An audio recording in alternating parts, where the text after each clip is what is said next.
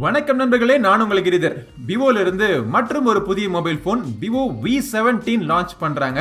இது Vivo V17 Pro உடைய ஒரு லைட் வெர்ஷன் அப்படின்னு சொல்லலாம். இந்த பதிவுல இந்த Vivo V17 உடைய அறிமுக விமர்சனம் பார்ப்போம். பார்க்கறதுக்கு முன்னாடி அன்பாக்ஸ் பண்ணி பாக்ஸுக்குள்ள என்னென்ன கிடைக்குது அப்படிங்கறத குவிக்கா பார்த்துட்டு வந்துருவோம்.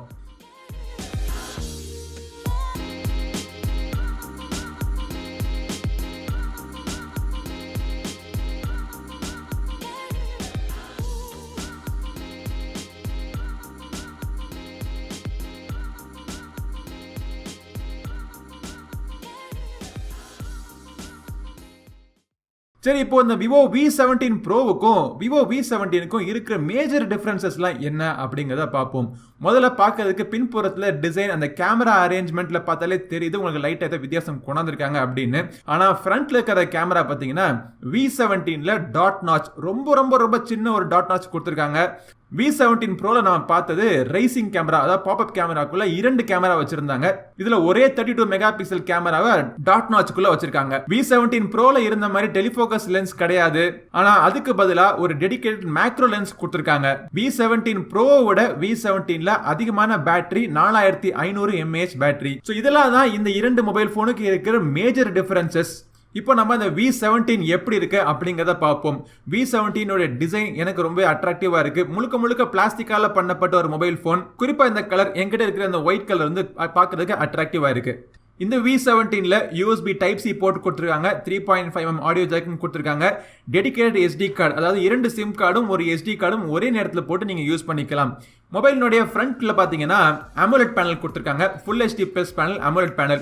இந்த AMOLED பேனல்ல ஒரு சின்ன ஒரு டாட் நாச், அந்த நாச் இருக்கிறதே தெரியாத அளவுக்கு ரொம்ப சிறுசா இருக்கு. இது AMOLED பேனல்ங்கறனால இதுல அவங்களால இன் டிஸ்ப்ளே ஃபிங்கர் பிரிண்ட் ஸ்கேனரும் கொடுக்க முடிஞ்சிச்சு. ஃபிங்கர் பிரிண்ட் ஸ்கேனர் ரொம்ப ஃபாஸ்டா இருக்கு. அதோட பாத்தீங்கன்னா ஃபேஸ் அன்லாக்கும் சூப்பர் ஃபாஸ்டா இருக்கு. மொபைலை செட்டப் பண்ணி யூஸ் பண்ணி நம்ம பார்த்தோம் அப்படின்னா இதுக்குள்ள ரன் ஆயிட்டு இருக்க சாஃப்ட்வேர் Android 9, அதுக்கு மேல FunTouch OS கொடுத்திருக்காங்க. இந்த FunTouch OSல இருக்கிற ஒரே பிரச்சனை, இவங்க இன்ஸ்டால் பண்ணிருக்கிற எக்கச்சக்கமான ப்ளோட்வேர். நிறைய சாஃப்ட்வேர் நமக்கு தேவையில்லாத சாஃப்ட்வேர்லாம் அவங்க இன்ஸ்டால் பண்ணி கொடுத்துறாங்க. ஆனா அதெல்லாம் அன்இன்ஸ்டால் பண்ணலாம். ஒவ்வொன்றா அன்இன்ஸ்டால் பண்ணதுக்கு அப்புறம் இந்த FunTouch OSல இருக்கிற சின்ன ஃபீச்சர்ஸ், யூஸ்ஃபுல்லான ஃபீச்சர்ஸ் எல்லாத்தையும் நீங்க என்ஜாய் பண்ண ஆரம்பிக்கலாம். ஆனா எனக்கு குறிப்பா பிடிச்ச 3 ஃபீச்சர்ஸ் என்னன்னு பாத்தீங்கன்னா பைக் மோட், அப்புறம் கிட்ஸ் மோட். கேமிங் மோட்ல ஒரு வித்தியாசமான ஃபீச்சர் கொடுத்திருக்காங்க. அதாவது வாய்ஸ் சேஞ்சிங் மோட். நீங்க கேம் விளையாடுறப்போ வாய்ஸ் சேட்டிங் பண்ணிட்டு இருந்தீங்கன்னா உங்க வாய்ஸ் நீங்க சேஞ்ச் பண்ணிட்டு வேற ஒரு குரல் மாதிரி நீங்க குரல் மாற்றம் பண்ணி கூட நீங்க சாட் பண்ணிக்கலாம். இது இன்ட்ரெஸ்டிங்கான ஃபீச்சரா இருக்கு. பட் இதெல்லாம் பத்தி விரிவா நம்மளுடைய விமர்சனத்துல பார்ப்போம். அடுத்தபடியா கேமரா எப்படி இருக்குன்னு பார்ப்போம். பின்னாடி குவாட் கேமரா அரேஞ்ச்மெண்ட் கொடுத்திருக்காங்க. ஒரு 48 மெகா பிக்சல் பிரைமரி கேமரா, அது தொடர்ந்து வைட் ஆங்கிள்காக 8 மெகா பிக்சல் கேமரா கொடுத்திருக்காங்க.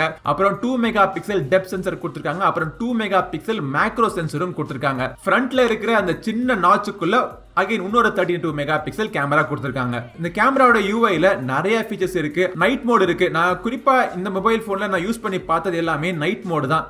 நைட் மோட் போட்டோஸ் நிறைய எடுத்திருக்கேன், சாம்பிள்ஸ் வருது பாருங்க.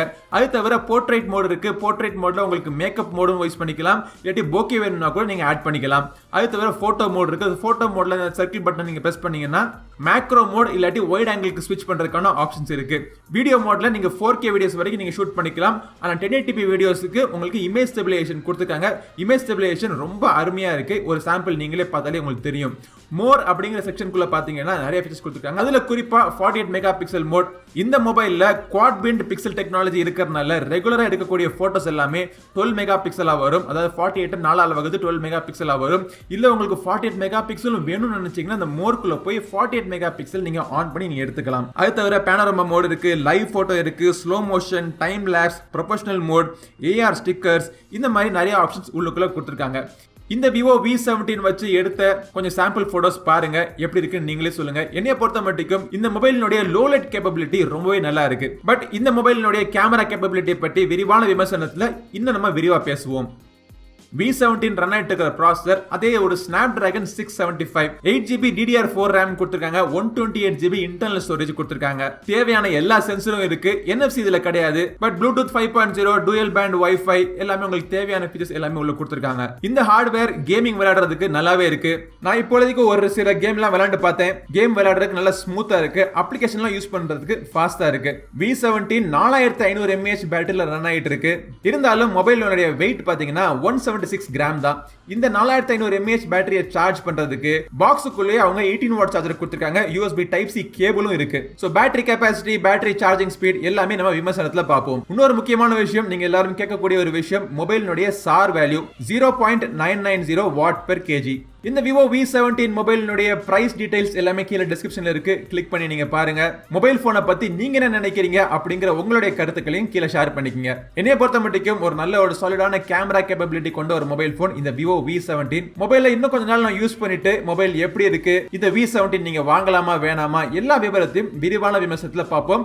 அந்த வீடியோ நீங்க மிஸ் பண்ணாம மறக்காம பார்க்கறதுக்கு நம்ம சேனல் சப்ஸ்கிரைப் பண்ணிருங்க. கூடவே இருக்கிற பெல் பட்டனை பிரஸ் பண்ணிட்டீங்கன்னா அந்த வீடியோ போட்ட உடனே உங்க மொபைல் போன்ல அறிவிப்பு வந்துடும். அடுத்த பதிவில் உங்களை மீண்டும் சந்திக்கும் வரை உங்களிடமிருந்து விடைபெறுவது உங்கள் நண்பன் கிரிதர். வாழ்க தமிழ், வளர்க பாரதம். நன்றி, வணக்கம்.